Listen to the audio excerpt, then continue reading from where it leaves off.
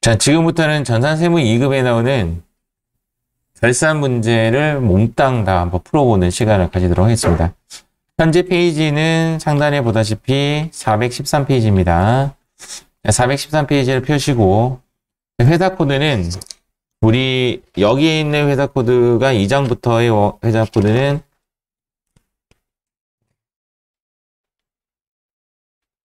따로 없죠. 02 우리 처음이니까 0203 아무 회사나 들어가도 상관없습니다. 아무 회사나 들어가도 상관없어요. 일단은 우리가 1결은 나눌 수 있다는 전제하에 수업이 진행이 됩니다. 1결, 즉 회계 1급 정도의 레벨은 갖고 있다는 전제하에 세무 2급용 형식의 결산을 하도록 하겠습니다. 자, 1번 문제. 주식회사 경영과 회계의 유무형 자산 내역은 다음과 같다고 가정한다. 고정자산 등록 메뉴에 등록하고 지금 현재 고정자산 등록 메뉴에 등록하는 문제는 극히 안 나올 겁니다. 극히 안 나옵니다. 그러나 이 방법을 익혀놓으면 나중에 감가상각 계산하는 문제가 나왔을 때 활용할 수 있는 장점이 있어요. 그래서 한번 입력 한번 해보도록 하겠습니다. 여기 고정자산 등록이라고 있죠. 자, 현재 문제에서 고정자산 등록이라고 했기 때문에 여기에 한번 들어가 보도록 하겠습니다.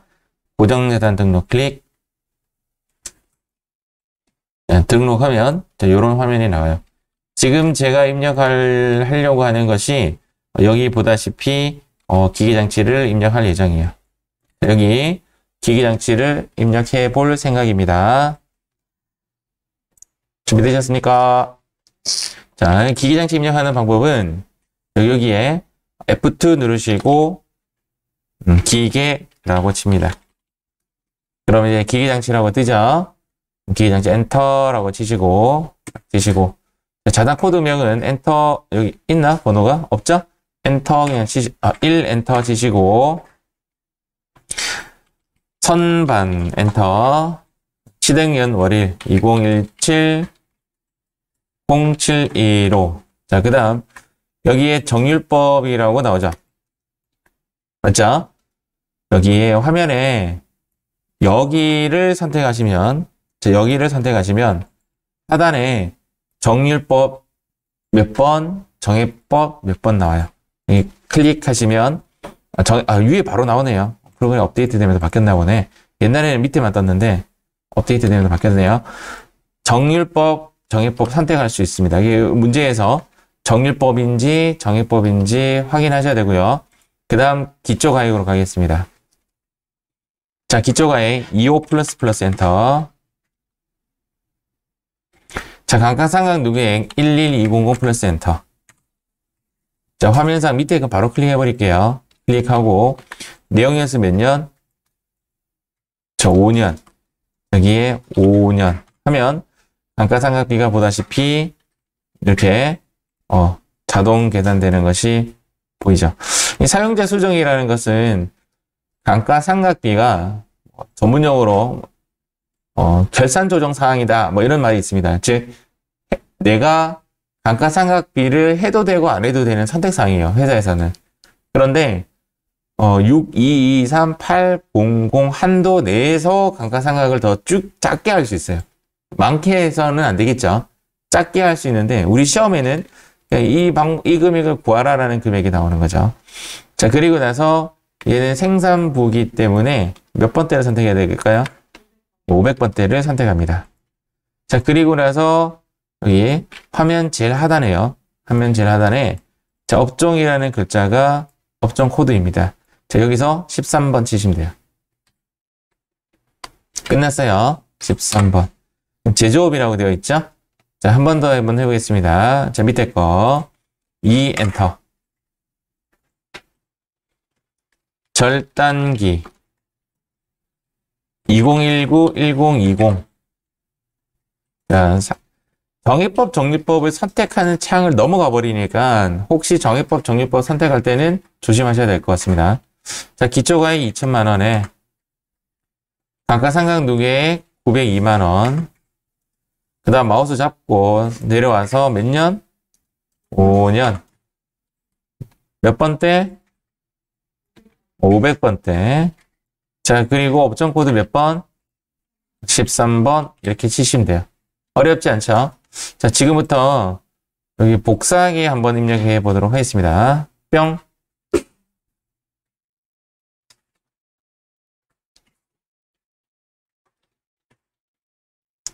자, 지금 입력한 거 확인해 보겠습니다. 복사하기는 비품이죠. 여기 비품으로 들어왔습니까? 몇몇 분은 아마 기기장치에서 열심히 내렸을 겁니다. 이동이 안 돼요. 이동이 안 되니까 옮겨서 입력을 하셔야 되고, 시험에는 이제 이 번호를 일러줘요. 시험에는 이 번호를 일러주는데, 이제 실무에서는 이렇게 쓸 수 있잖아요. 비품으로 넘어왔으니까 1번으로 하겠다. 1번으로 하는 거는 비추입니다. 문제사항이 없는데, 나중에 이제 하다 보면, 뭐 예를 들어서 기계장치 1번이랑 비품 1번이 어떤 데이터가 합산되어서 나와요. 그래서 코드 번호는 무조건 다르게, 개정 과목이 다르다 하더라도 코드 번호는 다르게 진행해 주시는 게 회사 입장에서는 좋고요. 시험 칠 때는 이 번호를 일러주기 때문에 시험 칠 때는 고민 안 하셔도 돼요. 됐죠? 자, 그래서 입력을 하고 나서 마지막 결론은 여기 몇 번대? 800번대. 여기는 01번이라고 진입하시면 되고, 상각 범위액은 2255 빵빵이라고 금액이 나오는 게 확인됩니다. 됐습니까? 자, 이 정도 하시면 되고요. 개발비는 옵션이에요. 개발비는 이제 시험에 잘 안 나올 건데, 개발비는 모양이, 자, 한번 보세요. 한번 보세요. 자, 여기는 이제 120만 원에 70만 원이 빠져서 난 나머지 50만 원이 정률법의 기초가 되는, 뭐 이런 모습이 좀 띄고 있죠. 맞죠? 근데 무형자산은 조금 입력하는 게 조금 희한해요. 그래서 같이 한번 입력해 볼게요. 무형자산이 시험에 나온 케이스가 없어요. F2하고 개발비. 자, 이렇게 들어가겠습니다. 순서로 제가 몇 번 해라 그랬죠? 4번이죠. 4번에 가서 개발비. 자, 이렇게 입력하겠습니다. 시등 연월일 2019년 0107 이렇게 입력하겠습니다. 자, 지금 갭 무형자산만은 단기 기초가액을 여기 넣습니다. 그리고 감가상각 누계액을 적으면 여기에 상각 대상 금액이 떠요. 얘는 원래 정액법이기 때문에 상각 대상 금액이 계속 600을 유지하고 있어야 돼요. 근데 개발비는 입력하는 모습이 좀 희한한 이유는 뭐냐면 얘는 직접법이죠. 간접법을 사용하지 않습니다. 차변의 감가상각비, 대변의 감가상각 누계액 이런 형식이 아니라 차변의 무형고정상각비, 대변의 개발비하고 직접 날리기 때문에 기초가액 자체를 600만 원으로 입력하는 것이 아니라 480으로 입력을 합니다. 그러니까 단기의 기초가액을 넣고 다시 600으로 백시켜요. 자, 600으로 백시키는 방법은 감가상각 누계액을 적습니다. 자, 이렇게 적으면 여기에 600이라는 숫자가 들어와요. 이렇게 600을 이루어내는 게 맞아요. 그래서 무형자산은 이렇게 입력하는 게 맞습니다. 그러니까 기초가액을 단기의 기초가액을 넣고 그 아래 감가상각 누계액을 넣으면 여기 합산금액이 나와요. 내용연수 몇 년? 5년. 그리고 본사니까 800번대 선택해 주시고, 자, 여기 업종은 몇 번? 63번 이렇게 입력하시면 됩니다. 네. 180만 원. 여기 나오네요.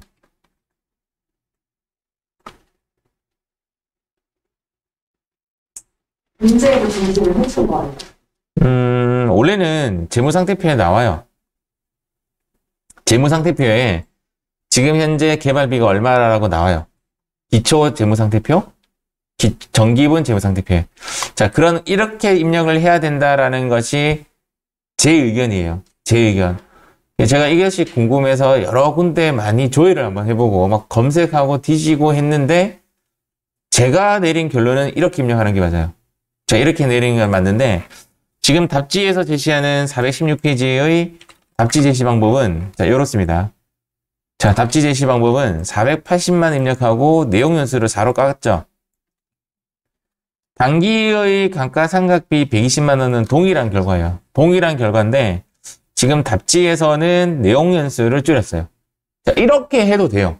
이렇게 해도 되는데 제가 내린 결론은 저처럼 입력하는 거예요. 그런데 어디에 뒤져봐도 누가 명확하게 정답을 내신 분이 없는 것 같아요. 그러니까 여러분들은 뭐 누구 의견을 따라도 뭐 상관없을 것 같아요. 근데 답지는 이렇게 내고 있습니다. 참고로. 그리고 무형자산이 시험에 나온 적이 없습니다. 자, 하나만 더 또 말씀드릴게요. 지금 현재 이제 결론적으로 끝났는데요. 예를 들어서 제가 하나만 더 볼게요. 예를 들어서 이제 얘가 10번 테스트를 할게요, 제가. 얘를 올해 구입했다 이거죠. 2020년 뭐 2월 3일 뭐 이런 식으로 입력했다. 올해 구입하면 기초가액을 여기 적습니다. 감가상각 누계액이 없다라면 여기 적는 것이 아니라 여기 적어요. 그런데 여기 적으나 여기 적으나 결과는 똑같이 나와요. 결과는 똑같이 나오는데 일단은 단기 중에 취득을 했을 때는 요 네 번째 칸에 입력해야 된다는 거. 그 다음 해 가면 이제 얘가 위로 올라갑니다. 취득가액으로. 알겠죠? 그거만 주의하시면 됩니다. 현재는 단기 취득에 관련된 문제가 없기 때문에 제가 이렇게 사례를 드렸습니다. 다시 우리 페이지 413페이지 돌아갈게요. 자, 이번에는 이제 이렇게 끝내고요. 여기 얘가 중요한 게 아니라 요 밑에 있는 부분이 중요하죠. 자, 2번에 있는 1번부터 8번까지의 다음 장 넘겨볼까요? 자, 왼쪽 상단에 9번까지 있죠. 9번까지. 아주 중요한 수업이니까 이거 잘 따라와 보세요. 자, 1번은 1개를 나눠볼게요. 1번은 1, 2번은 1, 3번은 1, 4, 5, 6, 7, 8, 9는 결입니다. 일단 우리가 지금 여기서 좀 가져가야 되는 거 뭐냐면 과거 우리 수업할 때는 1 위주의 수업이 진행이 되었죠. 여기는 이제 프로그램을 만져보는 것을 위주로 수업이 진행이 될 거예요. 그러니까 만져보지 못했던 결이 나와요. 자, 결에 대한 5가지 한번 정리 한번 해보고 갈까요? 결, 첫 번째가 뭐였죠? 예를 들어서 감가로 했나요? 감가, 결입니다. 결. 또 D말 XXX 제곱에 기억나죠? XXX 제곱에 기말 원재료 제곱에 기말 상품 제곱에. 자, 세 번째는 대손. 자, 네 번째는 퇴직급여. 퇴직급여 충당부채죠. 다섯 번째는 법인세. 자, 이렇게 5가지가 결입니다. 그리고 이제 다음 장에 있는 것이 이익여금 처분 계산서에 관련된 결입니다. 뭐 어렵지 않아요. 뒤에 거는. 이제 1번부터 진행을 한번 해볼게요. 우리 수업 공부는 1 하고 나서 결하는 거죠. 맞죠? 1 하고 나서 결하는 거죠. 자, 지금부터 1번 문제 풀어보겠습니다. 뿅. 자, 1번 풀이 한번 해볼게요. 자, 외화 외상 매출금에 대한 환율 문제입니다. 접근 방식 1번. 자산인가요? 부채인가요? 그렇죠. 요거 먼저 판단하셔야 돼요. 자, 이런 질문을 했을 때 자산이다라는 거 먼저 깨달아야 되고, 자, 두 번째, 얼마에서 얼마로 가는가? 1,100만 원에서, 그렇죠. 요거까지는 판단하셔야 돼요. 1,200만 원으로 갔어요. 그러면 세 번째, 여기서 바로 할게요. 두 번째, 이익인가요? 손실인가요? 그렇죠. 얘가 만약에 부채가 이렇게 증가되면 손실이고요. 자산이 증가가 되면 이익이 됩니다. 자, 세 번째, 이익이면 대변에 차변에. 이익이면 대변에 가요? 차변에 가요? 대변에 갑니다. 이때 쓰는 계정 과목이 외화, 그렇죠. 환산, 이익 이렇게 쓰고 그 금액은 요 차이죠. 이 차이가 얼만데요? 100만 원 하고 그 다음 잘 보세요. 얘를 컨트롤 C에서 컨트롤 V에서 붙이게 하면 됩니다. 물론 뭐 넣어줘야 되죠? 이렇게 넣어줘야 돼요. 자, 이 문제 풀 때 이 순서를 잘 지켜서 하시는 연습을 하셔야 돼요. 자, 그래서 입력까지 한번 해보겠습니다. 자, 일반 전표 입력에 클릭을 하시고, 자, 날짜는 12월 31일로 접근하시면 되죠. 자, 이렇게 해서 결차 결대 안 하셔도 되고 해도 상관은 없어요. 결차 결대 안 해도 돼요. 원칙상 안 하는 게 맞죠, 원래는. 일단 대변에는 외화 환산이익 금액은 100만 원. 차변에 외화 외상매출금 거래처는 없네요. 거래처 없네요. 이렇게 해서 끝내시면 됩니다. 자, 2번 문제 진행하겠습니다. 자, 2번 문제 한번 먼저 풀어보세요. 뿅. 단기 매매 목적인데요. 수업 방향을 제가, 세무이급 수준에 맞춰서 한번 해볼게요. 일단, 단기 매매 증권은 사실상 회계 1급에 주로 나오는 애들이에요. 단기 매매 증권은 이렇게 하나 기억하세요. 전장복가액과의 차이.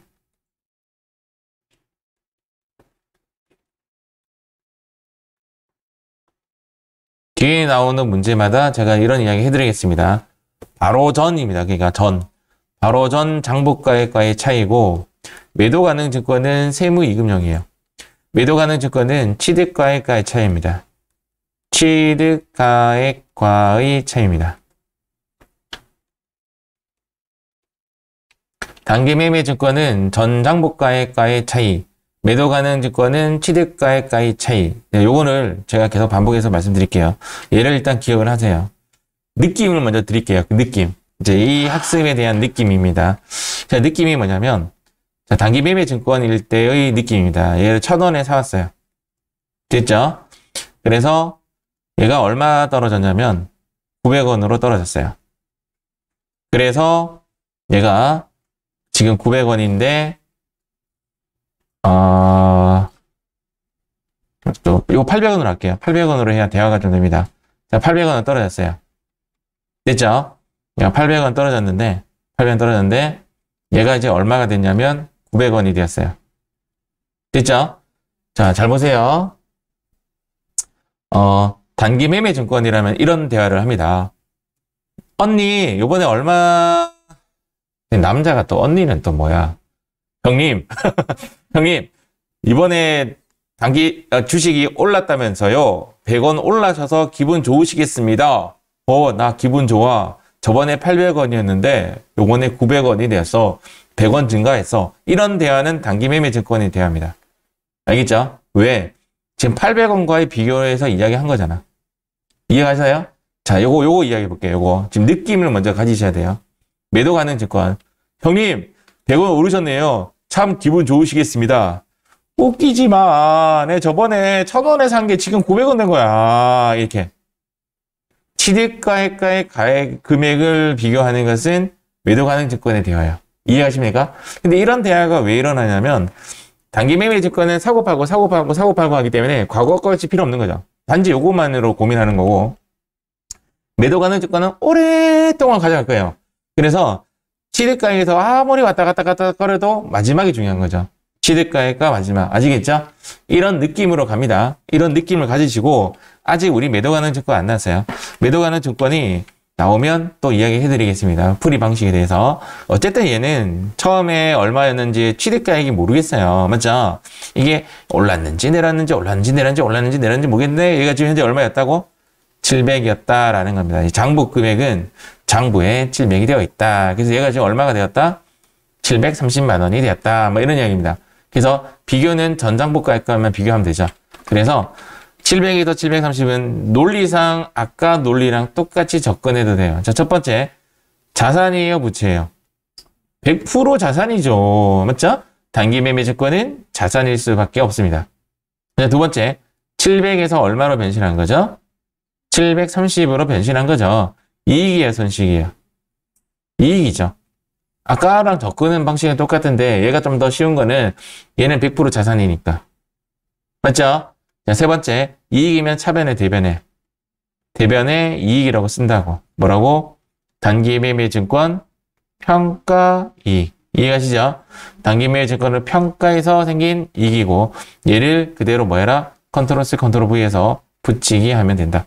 가끔씩 문제에서 거래처를 적어라고 하는 경우가 있습니다. 주식에 대한 거래처. 그러니까 태평양 화학이라고 적어라 라는 문제가 나온다면 그렇게 적어주는 것이 맞겠죠. 입력을 한번 해보겠습니다. 자, 입력을 해볼게요.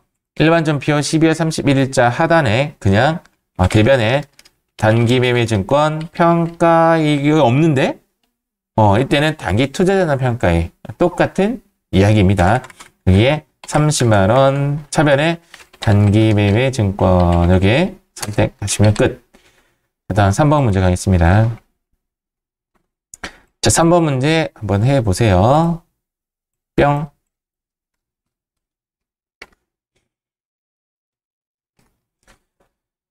지금 현재 문제의 공식 이렇게 이야기해야 되는지 모르겠지만 단기 차입금이라는 단어와 이제 이자라는 단어가 이제 합쳐졌을 때는 생각해내야 되는 계정 과목 이름이 이자 비용입니다. 그렇죠.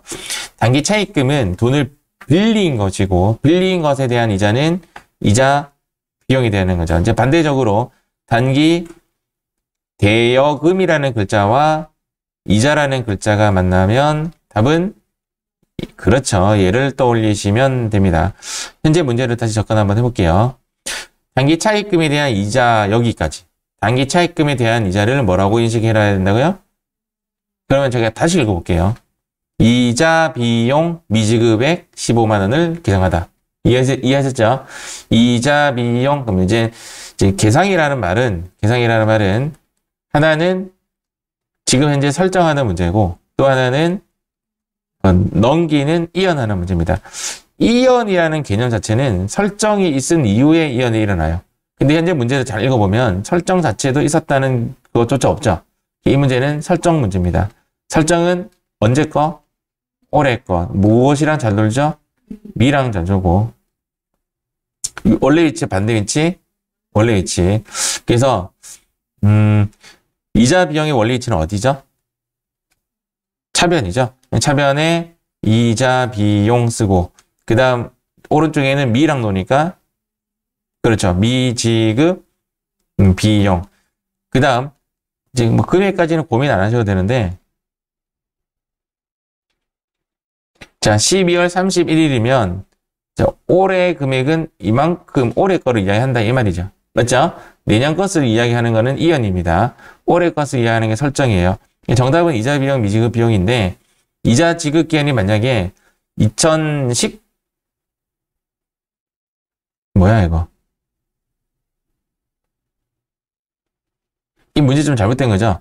2021년이죠. 2020년 3월 14일이면 좀 안 낸 지 너무 오래된 거잖아요. 맞죠? 지금 현재 2020년 12월 31일 기준이에요. 지금 현재.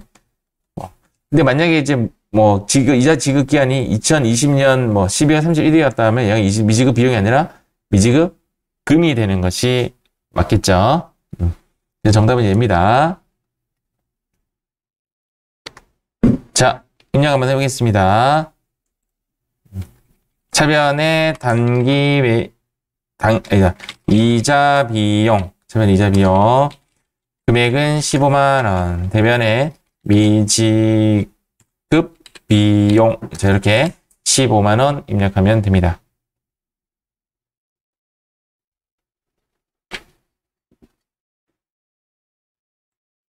자, 이번에 4번 가도록 하겠습니다. 4번부터 결이죠.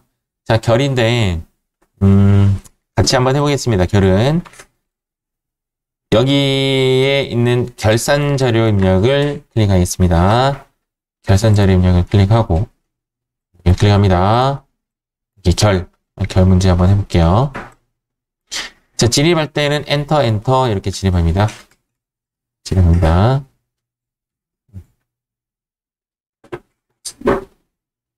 자, 법인세 추산하기에 관련된 문제는 제가 시뮬레이션을 한번 말씀드리고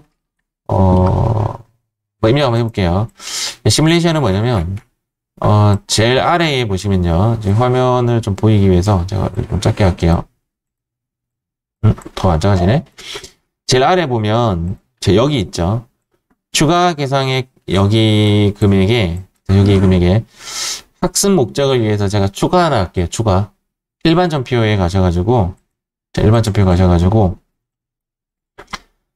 날짜를 12월 31일로 해도 상관은 없지만 1월 1일로 한번 가볼게요. 1월 1일로 1월 1일로 가고 136 한번 해볼게요. 136 출금하고 136. 자, 선납세금을 10만원 정도만 걸어보겠습니다. 선납세금을 10만원만 한번 걸어보도록 하겠습니다. 여기 이렇게 되어 있고 끌게요. 자, 끄고 나서 자, 여기 위에 상단에 조회를 다시 누르겠습니다. 자, 누르면 하단에 자, 요런 칸이 보입니다. 자, 요런 칸. 자, 여기 한번 볼게요. 지금 하단에 보시면 여기 선납세금이라는 것이 보이죠? 맞죠? 자, 지금 현재 여러분들이 첫 번째 해야 되는 액션이 뭐냐면 여기 선납세금이라는 요 금액을 묻지도 따지지도 말고 그대로 옮겨 탑니다. 50만원 이렇게 됐습니까? 여기 있는 10만원을 그대로 오른쪽으로 옮겨 탔습니다. 알겠죠? 자, 두 번째 해야 할 행동은 뭐냐면 문제가 얼마죠? 100만원이죠? 그 100만원에서 요 10만원 뺀 나머지 얼마? 90만원을 치면 끝이에요. 이렇게 하는 것이 끝이에요. 끝이에요. 그리고 나서 이제 점검하는 게 뭐냐면 여기 있죠, 여기. 자, 이 금액이 문제에서 주어진 값인지 맞으면 정답이에요. 얘가 아니고요. 얘입니다, 얘. 얘가 결산 후 실제적으로 반영된 법인세예요. 알겠죠? 그래서 우리는 지금 이렇게 했어요. 왼쪽에 있는 10만원을 오른쪽으로 옮겨 탔다. 여기 첫 번째 액션. 자, 두 번째 액션은 뭐냐면 문제에서 주어진 값에서, 그러니까 문제에서 주어진 값에서 빼기 뭐 했다? 상단에 있는 선납세금을 뺀 거죠. 맞죠? 그래서 나머지를 입력하시면 됩니다. 그래서 우측 상단을 확인하시는 거죠. 100만원. 이해하셨죠? 이렇게 하면 됩니다. 자, 그렇게 하고 나면 이제 어떤 결과가 나오냐면, 아이고, 마우스 어디 갔지? 다시 할게요. 나중에 이제 이런 결과가 나옵니다. 어떤 결과가 나오냐면 지금 했던 액션을 제가 잠깐 볼게요. 지금 이 부분에 관련된 설명인데요. 당기 회사의 법인세 추산액은 200만원이다. 이미 중간연합으로 100만원 납부했다의 정답이 뭐냐면 차변의 법인세 등이 200만원이고 대변에 200만원이 지금 법인세 계산이 되었지만 100만원 미리 납부했죠. 100만원만 더 내면 되죠. 그래서 대변에 선납세금 100, 미지급세금 100 이렇게 되는 게 정답이에요. 이렇게 되는 게 정답인데 우리가 실기에서는 이제 어떻게 하는 거냐면 1번 선납세금 금액을 전액 다 왼쪽에 있던 값을 오른쪽으로 옮겨 탔죠. 그만 했던 액션이 두 번째 행동이 뭐냐면 법인세 추가 계산 칸에 선납세금과의 차익을 입력했죠. 세 번째 입력한 칸 우측 상단에 법인세 추산액과 맞는지 확인했죠. 이 세 가지의 행동만 지켜주시면 이 문제는 무조건 풀어낼 수가 있어요. 그래서 왼쪽에 있는 값을 오른쪽으로 옮겨 타고 이해하셨죠? 여기에 있는 값을 비교해서 아래에 문제에서의 차이를 이제 적고 세 번째 어디 갔어? 여기 우측 상단에 금액이 맞는지 확인한다. 이것이 이 액션의 행동입니다. 지금 이 분계를 다시 한번 보고 이제 저 혼자 한번 해볼게요. 자, 이 분계를 한번 보시고 저 혼자 할게요. 여기서는 제가 추가 한번 해볼게요. 추가. 자, 추가를 한번 해보겠습니다. 자, 추가를 했고 여러분들 안 하셔도 돼요. 어차피 지울 거니까. 지금 보면 이렇게 쪼개져서 나와 있는 게 확인되죠. 그러니까 지금 현재 문제에서는 법인세 비용이 지금 두 개 다 쪼개졌어요. 100만원과 90만원으로 쪼개졌고 어쨌든 차변의 값은 100만원이죠. 차변의 값은 100만원이 확인되었고 대변의 선납세금, 미지급세금이 자동 분계되었습니다. 그래 결론은 뭐냐? 지금 현재 보는 이 분계가 자동 분계가 됩니다. 자동 분계되는 방법은 선납세금 옮겨 타고 그 밑에 차이 넣고 우측 상단에 금액이 맞는지 확인하시면 됩니다. 됐지요? 자, 다음 여기 문제 푸도록 할게요. 기말 재고액은 다음과 같다. 자, 한번 해볼까요? 자, 풀이 방식은 결산 자료 입력에 기말 땡땡 재구획 문제예요. 아시겠죠? 기말 땡땡 재구획은 여기 기말 상품 재구획에 가서 여기에 가서 7,950만 원 넣으면 되죠. 그래서 여기에 7,950만 원 이렇게 입력합니다. 자, 그 다음 쭉 화면을 내려서 여기에 기말 원재료 어디 갔지? 여기 있네요. 바로 밑에 있네요. 자, 기말 원재료 재구획은 이 값을 넣으시면 되죠. 그러니까 5천만 원 넣도록 하겠습니다. 자, 그 다음 쭉 내려서 바로 입력할게요. 기말 제공품 재구획 여기 값 넣으면 되죠. 1,000만 원. 자, 그 다음 여기가 기말 제품은 얘값 넣으면 되죠. 6천만 원 넣으시면 됩니다. 자, 현재 모양은 전산회계 1급에 나오는 모양과 똑같이 나왔어요. 맞죠? 전산세무 2급에서 얘가 추가가 돼요. 얘가 세무 2급에서는 1결이에요. 1결. 결이 아니라. 네, 이 다음 파트에 1결이 나와요. 얘가 여러분들 안 해본 거예요. 나중에 저랑 좀 더 진하게 한번 해보겠습니다. 자, 6번 한번 해보겠습니다. 매출채권 잔액에 대해서 1% 대손상각비를 계산하시오. 자, 한번 해보세요. 뿅. 매출채권에 대한 대손상각은 화면 상단에 있는 F8 누르시면 되죠. 자, F8 대손상각 클릭하시고, 자, 여기도 이제 주의할 점. 채권 대상이 무엇인지 확인을 합니다. 외상매출금하고 받아옴이 있기 때문에 여기 있는 미수금에는 스페이스 다시 얘부터 먼저 확인합니다. 1%인지 2%인지부터 확인합니다. 여기 1% 여기죠? 2%면 2하고 엔터 치면 이제 숫자가 바뀌죠. 주의할 점. 제가 3하고 엔터 치면 숫자 바뀌겠죠. 근데 3하고 마우스로 여기를 클릭하면 안 바뀌어요.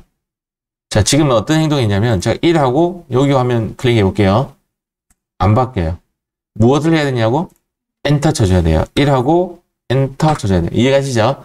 자, 이렇게 엔터를 쳐주고, 자, 두 번째는 외상매출금과 받으러만 확인하면 간혹 문제에서 외상매출금만 하여라 이런 식으로 문제가 나오기도 해요. 그렇다고 치면 해당 사항이 없는 칸에 가서는 스페이스바를 이렇게 한번 눌러주시면 좋습니다. 아시겠죠? 그러면 지워집니다. 자, 지우고 나서 하단에 있는 결산 반영을 클릭하시면 돼요. 얘를 결산 반영 누르면 화면상 이제 판매비와 관리비 칸에 여기 숫자 2개가 이렇게 들어와지는 것이 확인됩니다. 자, 이렇게 하면 6번 문제는 성공한 겁니다. 자, 이번에는 이제 7번 가볼게요. 퇴직급의 충당 부채 추가 설정액은 다음과 것 같다. 현재 문제가 여기서 성립이 안 돼요. 현재 문제가 여기서 성립이 안 돼서 이 문제는 좀 다음 파트에서 제가 할게요. 안 된다는 거죠. 없습니다. 자료가 없어서 입력이 안 될 것 같습니다. 그래서 8번 갈게요. 단기 감가상각비 계상액은 고정자산 등록 메뉴에 입력된 자료를 조회하여 계상하시오. 요거는 이렇게 하고 일단 넘어갈게요. 여기 있는 상단에 감가상각이 여기 있죠. 얘를 클릭 한번 해볼게요. 얘를 클릭하게 되면 이렇게 나오죠.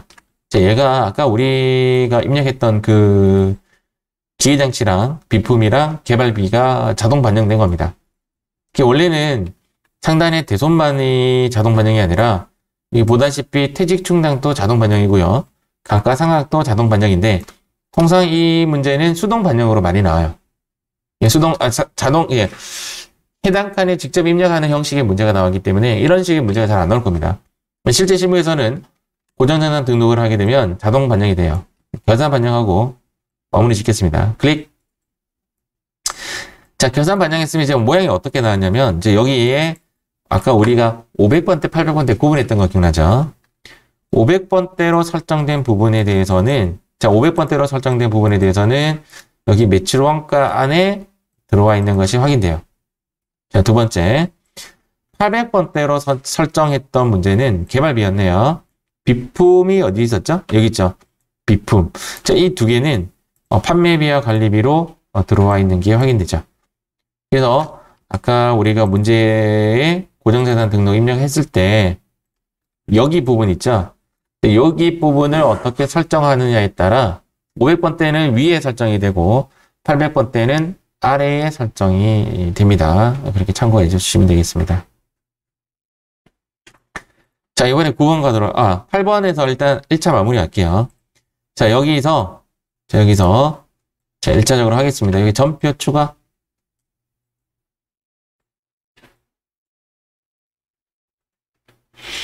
자, 전표 추가 클릭하시고, yes 하시면 됩니다. 자, 그러면 이제 일반 전표에 추가가 되었고, 확인 작업까지 하실 분은 일반 전표 들어가 보시면, 금방처럼 감가상각 같은 것이나, 무형자산 감가상각비 이렇게 나와 있네요. 예, 보다시피, 무형자산 상각비, 개발비, 이런 식으로, 되어 있는 것이 확인되죠. 시험 칠 때는 확인하지 않아도 무방합니다. 자, 결산자료 입력에 대한 첫 번째 결은 끝. 자, 두 번째는요. 여기 한번 들어가 보겠습니다. 이익잉여금 처분계산서. 자, 우리는 요거 재무제표 만들기 실무하면서 한번 해봤어요. 이익잉여금 처분계산서를 클릭하시고 상당히 쉬워요. 저장된 데이터를 불러오시겠습니까? 이런 말이 나오면 예 해도 되고 아니 해도 되고 내용은 똑같을 겁니다. 자, 아래로 가서 여기 한번 볼게요. 처분 확정일 해당 칸에 한번 입력 한번 해보세요.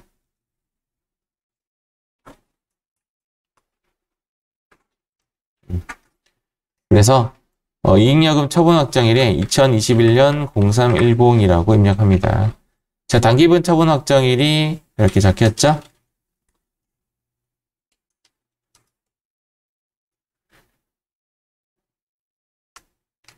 자, 두 번째. 자, 현금 배당이라는 것이 나오죠?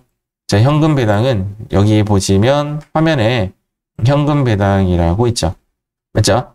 지금 현재 보통주 우선주라고 있죠? 그거 일단 무시하고 여기 칸에 집어넣으세요. 보통주 우선주라는 이 칸에 입력하지 마시고 여기 미지급 배당금이라는 곳 있죠? 여기에 입력을 합니다. 여기에 2천만 원. 자, 세 번째. 자, 주식 배당금은 여기 주식 배당 여기 칸에 여기 주식 배당금 보통주 우선주 따지지 마시고 주식 배당금이라는 이 칸에 1,000만 원 입력합니다.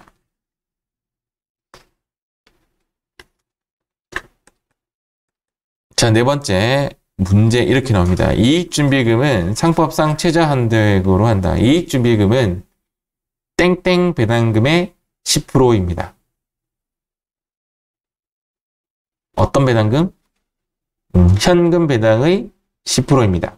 그래서 여기 이익준비금에는 여기 현금 배당의 10% 얼마? 200만 원을 넣으시면 됩니다. 이 200만 원 넣어봅니다.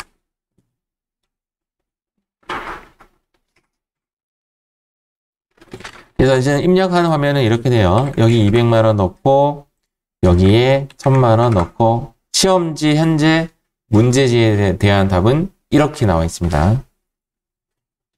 자, 잠시 요거 한번 볼게요. 자본 수업을 했을 때 했던 이야기인데요. 이런 이야기 했었죠. 자, 여기 보시면 이제 이런 이야기 여기 한번 보세요. 여기만 보시면 됩니다. 이익준비금. 자, 요 부분이에요. 현금 배당의 몇 퍼센트? 10% 이상을 자본금의 2분의 1에 달할 때까지. 이렇게 한번 한 적이 있습니다. 자, 요 부분이고, 그때 제가 이 페이지에서 중요한 것이 재무상태표에는 반영되지 않는다라고 했어요. 주주총회 끝나고 나서 반영되는 부분이라서. 결산금 처리 순서는 가나다라 순서로 했죠. 맞죠? 기자. 자, 이렇게 진행을 했었고요. 그때도 마찬가지로 여기 보시면 현금 배당의 10%가 이렇게 되어 있죠. 그리고 또 다음 문제도 보시면 현금 배당의 10%가 이렇게 현금 배당의 10%가 이익준비금으로 나와 있는 것이 확인되죠. 자, 요거에 관련된 이야기였고요. 지금도 마찬가지로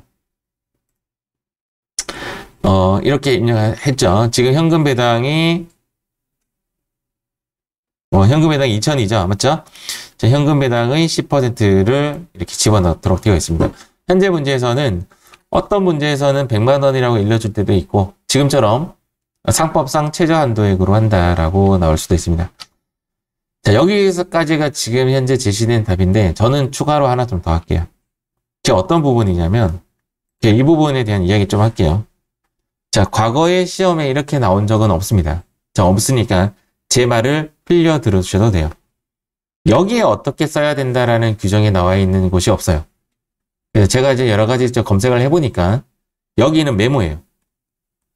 이게 어떤 메모냐면 현금 배당이 2,000이다 이 말이죠. 우리가 주식이라는 것이 보통주와 우선주로 나눠지잖아요. 보통주 우선주로 나눠지는데 이 2,000에 대한 상세 내역을 여기 적습니다. 그러니까 예를 들어서 보통주 1,000, 우선주 1,000 이렇게 되는지 보통주 1,500, 우선주 500 뭐 이렇게 적겠죠. 여기는 상세 내역을 적는 거라서 분계에 영향을 미치지 않습니다. 분계에 영향을 미치지 않아요. 그래서 현재 문제는 보통주라고 했기 때문에 보통주 2,000에 우선주 0이 되는 거죠. 그래서 여기 2,000 한 번 더 적어 넣는 것이 맞아요. 여기 적어도 될 것 같고요. 여기 적어도 될 것 같아요. 제 생각에는. 얘는 결과와 그것에 대한 내용인데, 근데 사실은 이제 결과가 오른쪽에 적는 것이 보통 원칙이기 때문에 저는 여기 적는 게 맞다고 보는데, 이렇게 엔터를 치면 이게 입력을 하고 나면 이게 오른쪽으로 가요. 이상하게. 그래서 요거에 대한 정답은 정확하게 없는 것 같고, 여기에 마찬가지로 보통주, 주식 배당금도 보통주라고 했기 때문에 여기에 대한 상세 내역을 1,000만 원 이렇게 적는 것이 맞다고 봐요. 저는 여기까지가 정답이라고 보는데 시험에는 보통주, 우선주를 구분해서 나온 적이 없어요. 일단은. 그래서 그러면 이제 주의할 점이 이렇게 돼요. 지금 현재 얘가 답이잖아요. 제가 답 페이지 잠깐 보여드리고 확인 한번 시켜드리겠습니다. 지금 답이 어디에 있냐면 420페이지 있네요. 420페이지에 가보면 주의할 점이 오히려 이렇게 돼요. 여기 현금 배당에 2,000이 들어와 있고 여기 주식 배당에 1,000만 원이 들어와 있단 말이에요. 그런데 내가 이렇게 쓰면 오답이에요. 제가 어떻게 쓰면 오답이냐면 다시 자 어떻게 쓰면 오답이냐면 얘 2,000을 여기 쓰면 오답이에요. 왜 여기 쓰면 오답이냐면 반응 안 해요. 자, 지금 다시 한번 보여드릴게요. 제가 반응하는지 안 하는지에 대한 모습 한번 보여드리겠습니다. 지금 제가 여기에 2,000 써야 된다 했잖아요. 여기까지 이해하시죠? 여기 있죠. 여기 배당금. 배당금 합이 3,000이 돼야 돼요. 배당금 합이 3,000이 돼야 하는데 얘를 지우고 여기에 2,000을 쓰면 저기 위에 있는 배당금이 반응을 안 해요. 얘는 결론적으로 뭐냐면 메모기 때문에 계산식에 첨부가 안 되기 때문에 반응이 안 되는 거예요.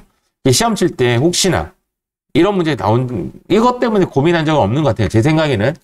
그런데 만약에 나온다면 이렇게 쓰면 틀린 거예요.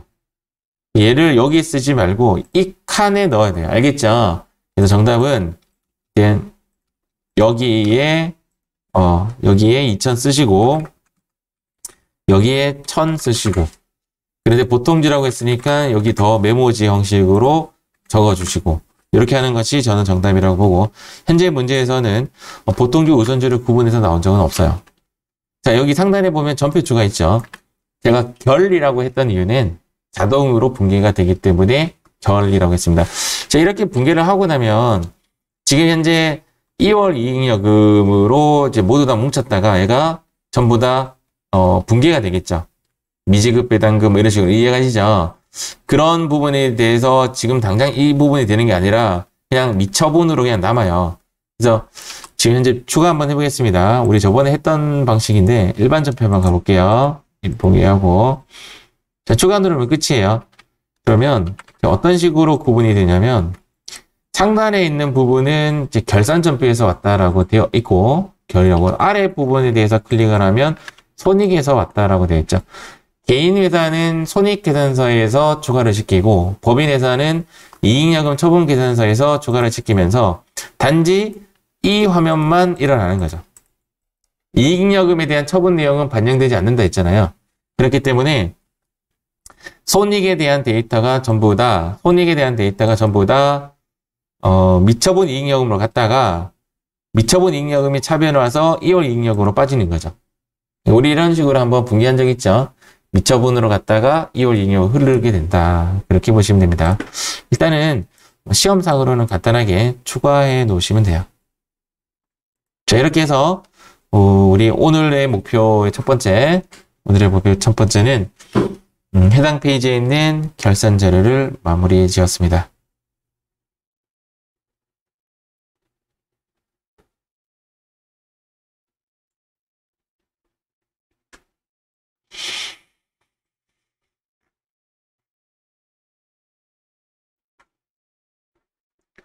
일단 동영상 여기까지 계산을 하고 내일부터는 이제 뒤에 이어서 계산을 쭉쭉쭉쭉 진행해서 나가 보도록 하겠습니다.